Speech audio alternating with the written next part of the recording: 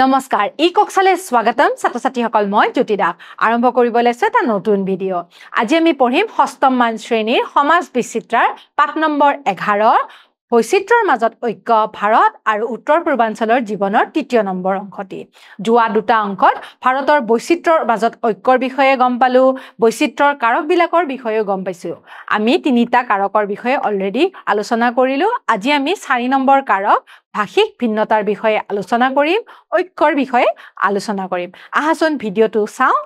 ছাত্ৰ-ছাত্ৰীসকল তোমালোকে জানা যে আমাৰ ভাৰতবৰ্ষত সংবিধানে কেইটা স্বীকৃতি ভাষা দিছে 22টা গতিকে 121টা আমাৰ ভাষা আছে আৰু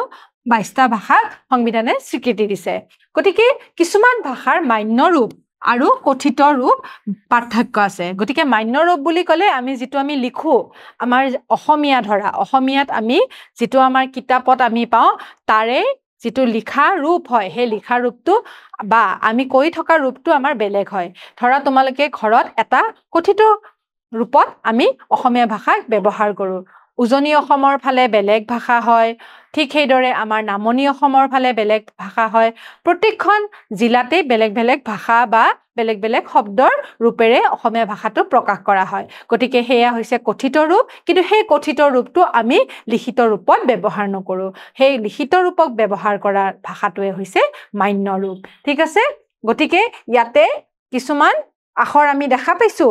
তাতে এই আখৰবিলাক আমাৰ বিভিন্ন ভাষাৰ হয় ধৰা এটো আমাৰ হিন্দী ভাষাৰ হয় তাৰ পিছত বাংলা ভাষাটো এনেকে লিখে অসমীয়া ভাষাটো এনেকে লিখে সংস্কৃত ভাষা আছে তামিল আছে ঠিক আছে এইবিলাক ভাষা আমাৰ ভাৰতত স্বীকৃতি দিয়া হৈছে খাদ্যাভাস ৰন্ধন পদ্ধতি সাজ পোছাক উৎসৱ পৰম্পৰা গৃহ নিৰ্মাণৰ শৈলী জাতি ধৰ্ম ৰং আদিটো বৈচিত্ৰ্য দেখা যায় আমি আগতেও আলোচনা কৰিছিলো সাজ পোছাক আমাৰ ভাৰতৰ 4খন অঞ্চলৰ বিষয়ে আমি আলোচনা কৰিছিলো লাডাখ মৰুভূমি অঞ্চল মেঘালয় দক্ষিণ পশ্চিমৰ আছিলে আমাৰ তামিলনাডু অঞ্চল গতিকে দক্ষিণ পশ্চিমত থকা তামিলনাডু অঞ্চলৰ লগত উত্তৰ ভাৰতৰ লাডাখৰ সাজপাৰ নিমিলে খাদ্যাভাস নিমিলে গৃহশৈলী নিমিলে আমি ফটোবিলাক চাই গম পাইছিলো নহয় গতিকে ধৰ্ম ৰং উৎসৱ পৰম্পৰাগত যিবিলাক বিশ্বাস আছে সকলো নিমিলে হয় গতিকে ছাত্ৰ-ছাত্ৰীসকল এতিয়া পৰম্পৰাগত খাদ্যৰ বিষয়ে আমি আলোচনা কৰিবলৈ গলে মৰুভূমিৰ যেটো জনপ্ৰিয় খাদ্য হয় দাল বাটি চুৰমা তাতে দেখিবলৈ পোৱা যায় ৰাজস্থানত ঠিক আছে গতিকে এই অঞ্চলৰ জনপ্ৰিয় খাদ্য হৈছে দাল বাটি চুৰমা ৰাজস্থানত এই খাদ্যটো জনপ্ৰিয় হিচাপে পৰিগণিত হৈছে ঠিক আছে দাল বাটি চুৰমা ঠিক সেইদৰে মেঘালয়ৰ জাদা হৈছে এটো মেঘালয়ৰ এটা পৰম্পৰাগত খাদ্য ঠিক আছে পৰম্পৰাগত খাদ্য বুলি কোৱাৰ লগে লগে জাদা হৈছে মেঘালয়ৰ পৰম্পৰাগত খাদ্য লাডাখৰ জনপ্ৰিয় খাদ্য হৈছে থুকপা তোমালোকে থুকপা খাই পাইছা নে এটো জনপ্ৰিয় খাদ্যটো হৈছে লাডাখৰ পৰম্পৰাগত খাদ্য গতিকে ছাত্ৰ-ছাত্ৰীসকল লাডাখৰ জনপ্ৰিয় খাদ্য বুলি কোৱাৰ লগে লগে আমি থুকপা বুলি বুজিম দক্ষিণ ভাৰতৰ খাদ্য প্ৰকৰণৰ ভিতৰত এখন থালি দিয়া হৈছে ঠিক আছে ইয়াতে বিভিন্ন ধৰণৰ খাদ্য দিয়া হৈছে গতিকে দক্ষিণ ভাৰতৰ খাদ্য প্ৰকৰণ এইদৰে আমি দেখা পাওঁ গতিকে দেখা পালো ভিন্নতা আছে খাদ্যৰ মাজতো ভিন্নতা আছে যিদৰে আমাৰ অসমত আমি বিভিন্ন ধৰণৰ খাদ্য খাওঁ তাৰে ভিতৰৰ আমাৰ ধৰা খাৰ আমি খাওঁ হয়নে তাৰ পিছত আমাৰ পিঠা পনা হেবিলাক আমাৰ বেলেগ ঠাইৰ লগত নিমিলে ঠিক আছে গতিকে আমি বিভিন্ন ধৰণৰ পৰম্পৰাগত খাদ্য আমি খাই আহিছো আৰু ইয়াতে আমি ভিন্নতা দেখিবলৈ পাই আহিছো ঠিক আছে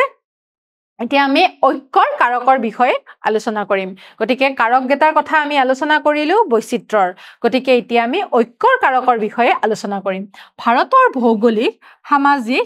আৰু সাংস্কৃতিক বৈচিত্ৰৰ মাজত ঐক্য শক্তিশালী হৈ আছে গতিকে ভাৰতৰ যেটো ভৌগোলিক সামাজিক সাংস্কৃতিক বৈচিত্ৰ্য আছে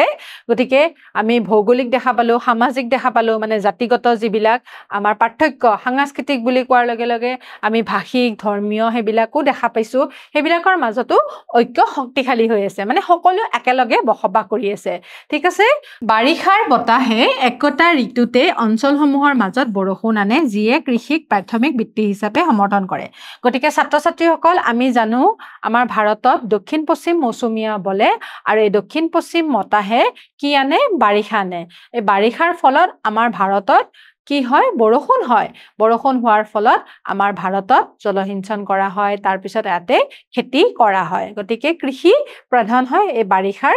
ফলত ঠিক আছে বৰষুণৰ ওপৰত নিৰ্ভৰশীল হোৱাৰ বাবে অঞ্চলজুৰি খেতিৰ পদ্ধতি একে হয় গতিকে আমি জানো যে বৰষুণৰ ওপৰত নিৰ্ভৰশীল হয় আমাৰ ভাৰতবৰ্ষখন কাৰণ বৰষুণৰ ওপৰতে নিৰ্ভৰ কৰি খেতি কৰা হয় ঠিক আছে বেছিভাগ ভাৰতীয় উৎসৱ কৃষিভিত্তিক আৰু ৰাজ্যজুৰি একেদৰে পালন কৰা হয় ধৰা কিছুমান উৎসৱ আমাৰ কৃষিভিত্তিক হয় আৰু এইবিলাক ৰাজ্যজুৰি পালন কৰা হয় গতিকে কৃষিভিত্তিক উৎসৱবিলাকৰ বিষয়ে আমি জানো আহাচোন যেনে মকৰ সংক্ৰান্তিৰ সময়ত মাঘ বিহু মানে আমি ভোগালী বিহু হেতু সময়ত আমাৰ খেতি চপোৱা হয় আমাৰ ভঁৰালবিলাক উভৈনদী হৈ থাকে গতিকে সেই সময়ত মাঘ বিহু পালন কৰা হয় তাৰ পিছত পোংগল হৈছে তামিলনাডু সেইখিনি সময়তে তামিলনাডুত আকৌ পোংগল পালন কৰা হয় উত্তৰায়ণ আকৌ গুজৰাটত পালন কৰা হয় আকৌ লোহৰী হৈছে পঞ্জাবত গতিকে সেই মাঘৰ সময়তে এইগেটা উৎসৱ কৃষিভিত্তিক উৎসৱ বেলেগ বেলেগ ৰাজ্যত পালন কৰা আমি দেখা পাওঁ আৰু এইবিলাকে কৃষিভিত্তিক হয় আৰু বেলেগ বেলেগ ৰাজ্যত বেলেগ বেলেগ নামৰে পালন কৰা হয় ঠিক আছে কিছুমান উৎসৱ দেশজুৰি নাগৰিকে পালন কৰে আমি কিছুমান উৎসৱৰ কথা কৈছিলো হেবিলাক কৃষিভিত্তিক হয় যেনেকে পোংগল মাঘ বিহু হেবিলাক বেলেগ বেলেগ ঠাইত বেলেগ বেলেগ নামেৰে জনাজাত হৈ আছে আৰু আমি হেদৰে পালন কৰি আহিছো কিন্তু কিছুমান উৎসৱ আকৌ দেশজুৰি নাগৰিকে পালন কৰে নাগৰিক মানে আমি ভাৰতীয় হয় নে নহয় আমি ভাৰতীয় নাগৰিক গতিকে আমি ভাৰতীয় নাগৰিক হিচাপে কিছুমান উৎসৱ পালন কৰো সকলো নাগৰিকে পালন কৰে একেটা উৎসৱকে যেনে গণৰাজ্য দিৱস 26 জানুৱাৰীত আৰু স্বাধীনতা দিৱস 15 আগষ্ট গান্ধী জয়ন্তী 2 অক্টোবৰ উদযাপন কৰা হয় এইবিলাক সকলোৱে আমাৰ পালন কৰে গোটেই ভাৰততে ঠিক আছে কিছুমান দিৱস আকৌ অঞ্চল ভিত্তিক হিচাপেও পালন কৰা হয় হেবিলাক আকৌ অঞ্চলত বিখ্যাত হয় যিদৰে ধৰা 20 জুন ৰাভা দিৱস তাৰ পিছত 17 জানুৱাৰী শিল্পী দিৱস এইবিলাক আমাৰ অসমত পালন কৰা হয় এইবিলাক হৈছে অঞ্চল ভিত্তিক কিছুমান দিৱস গতিকে আমি কিছুমান কি গম পালো আমাৰ গোটেই ভাৰতীয় সকলে পালন কৰে যিদৰে গণৰাজ্য দিৱস বা গণতন্ত্ৰ দিৱস বা স্বাধীনতা দিৱস বা গান্ধী জয়ন্তী দিৱস গতিকে ভাৰতৰ মাজত আমাৰ এটো এটা ঐক্যৰ কাৰক হয় ঠিক আছে গণতান্ত্ৰিকভাৱে নিৰ্বাচিত কেন্দ্ৰীয় চৰকাৰ আৰু ঐক্যবদ্ধ ন্যায়পালিকাৰ দ্বাৰা ভাৰত পৰিচালিত হয় গতিকে ছাত্ৰ-ছাত্ৰীসকল আমাৰ ভাৰতখন কিদৰে পৰিচালিত হয় আমাৰ জানো ৰজা আছে আমাৰ ৰজা নাই আমি জনসাধাৰণে নিজে নিৰ্বাচিত কৰো আমাৰ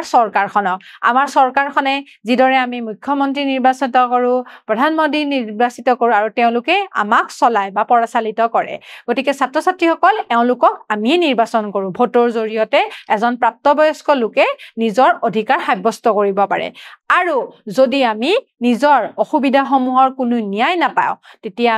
আমি ন্যায়পালিকাৰ ওচৰত যাব পাৰো ন্যায়পালিকা মানে কি ন্যায়পালিকা মানে হৈছে ইয়াতে ছবিখন দিয়াই আছে আমি হাই কোৰ্টৰ ওচৰত বা সুপ্ৰিম কোৰ্টৰ ওচৰত গৈ পেলাই আমাৰ যিবিলাক অসুবিধা হৈছে হেবিলাক আমি দ্বাৰস্থ কৰিব পাৰো হেবিলাক আমি জনাব পাৰো যে আমাৰ এইবিলাক সমস্যাৰ সমাধান হোৱা নাই গতিকে আমাৰ ন্যায়পালিকাই আমাক যিবিলাক আমাৰ অসুবিধা আছে হেবিলাক সন্মুখীন হোৱা অসুবিধাসমূহ সমাধান কৰাত সহায় কৰে ঠিক আছে যোগাযোগ আৰু পৰিবহন ব্যৱস্থাই ইন্টাৰনেট ডাক ৰেলৱে সমগ্ৰ দেশসমূহক সংযোগ কৰিছে গতিকে যোগাযোগ আৰু পৰিবহন ব্যৱস্থাই আমি জানো আমাৰ মোবাইলৰ জৰিয়তে আমি যোগাযোগ সম্পন্ন কৰিব পাৰো আৰু পৰিবহন ব্যৱস্থা মানে কোৱাৰ লগে লগে ধৰা অকল ৰেলৱে নহয় বাছ আছে তাৰ পিছত আমাৰ বিমান সেৱা আছে সকলোৱে আমাক এটা ঠাইৰ পৰা আন ঠাইলৈ অনায়াসে লৈ ফুৰিব পাৰে গতিকে লৈ ফুৰাৰ ফলত আমাৰ কি হৈছে যোগাযোগ স্থাপন হৈছে বা পৰিবহন ব্যৱস্থা আমাক এটা ঠাইৰ পৰা আন ঠাইলৈ অতি অনায়াসে লৈ যোৱাত সহায় কৰি দিছে গতিকে আমি এটা ঠাইৰ লগত আন এটা ঠাই ভালদৰে যোগাযোগ স্থাপন কৰিব পাৰো বা ইন্টাৰনেটৰ জৰিয়তে এটা ঠাইৰ পৰা আন ঠাইলৈ জানিব পাৰো আৰু তাৰ বাহিৰেও আমি ডাক সেৱাৰ জৰিয়তে এটা ঠাইৰ পৰা আন ঠাইলৈ বস্তু ৰপ্তানি কৰিব পাৰো আমদানি কৰিব পাৰো গতিকে এইদৰে আমাৰ গোটেই ভাৰতবৰ্ষখনক একলগ কৰি ৰাখিছে ঠিক আছে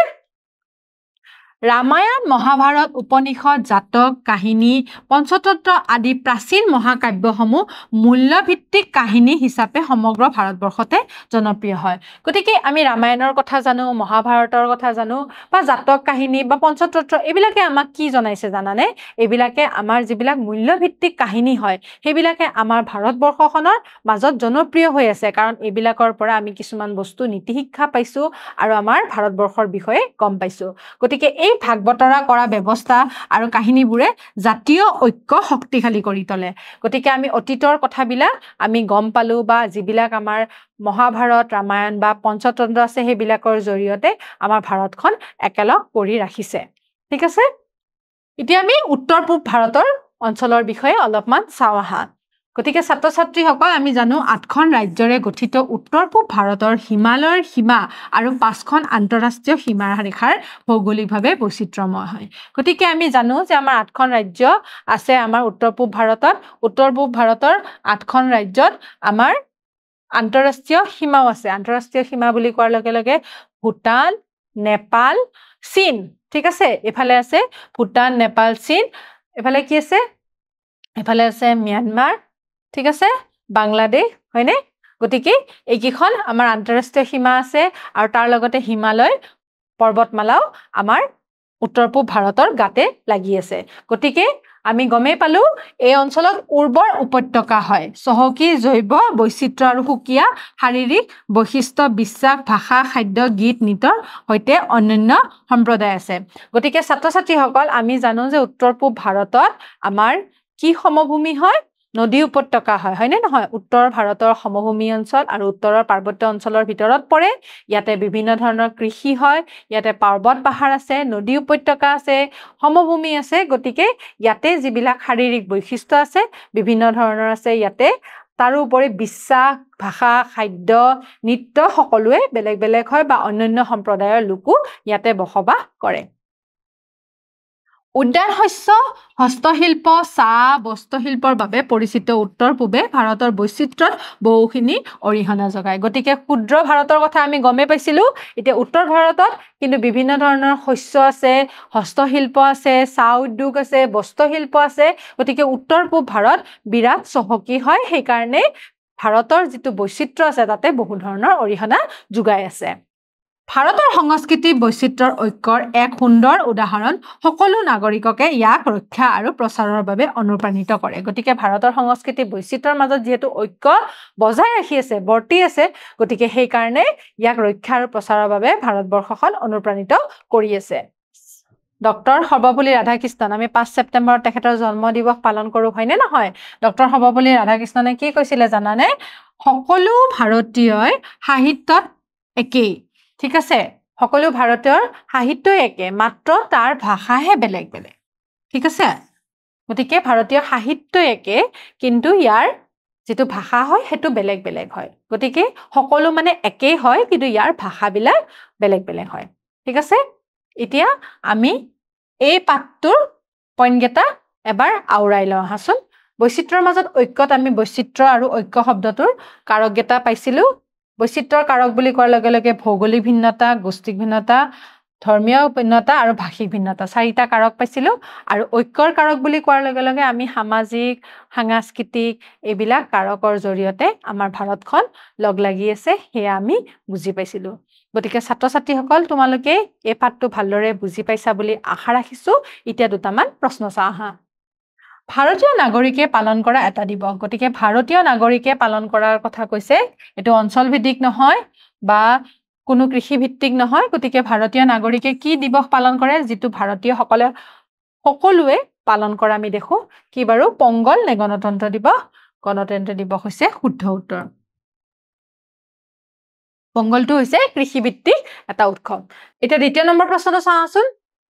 দ্বিতীয় নম্বৰ প্ৰশ্নটো হৈছে লাডাখৰ জনপ্ৰিয় খাদ্য হল কি বাৰু তোমালোকৰ মনত আছে নে কি হ'ব বাৰু লাডাখৰ জনপ্ৰিয় খাদ্যভাগ হৈছে কি থুকপা হয়নে থুকপা খাবলৈ অকমান আমি যে মেগী খাওঁ বা আমাৰ চাওমিন খাওঁ সেইদৰে হয় খালি অলপমান পনীয়া হয় তাৰ পিছৰ প্ৰশ্নটো চাওঁচোন ভাৰতবৰ্ষৰ সংবিধানে মুঠ কেইটা ভাষাক স্বীকৃতি দিছে ইয়াতে আমাৰ তিনটা অপচন আছে স্বীকৃতি দিয়া ভাষা হৈছে আমাৰ কেইটা বাৰু 21টা হয়নে নহয় 22টা হয় আৰু 23টা নহয় গতিকে ইয়াৰে শুদ্ধ উত্তৰটো হ'ব 22টা গতিকে ছাত্ৰ ছাত্ৰীসকল ভাৰতবৰ্ষৰ সংবিধানে মুঠ কেইটা ভাষাক স্বীকৃতি প্ৰদান কৰিছে 22টা গতিকে ছাত্ৰ ছাত্ৰীসকল আজি আমি এইটো পাঠৰ বিষয়ে ভালদৰে বুজি পালো আশা ৰাখিছো তোমালোকে এই পাঠটো ভালদৰে বুজি পাইছা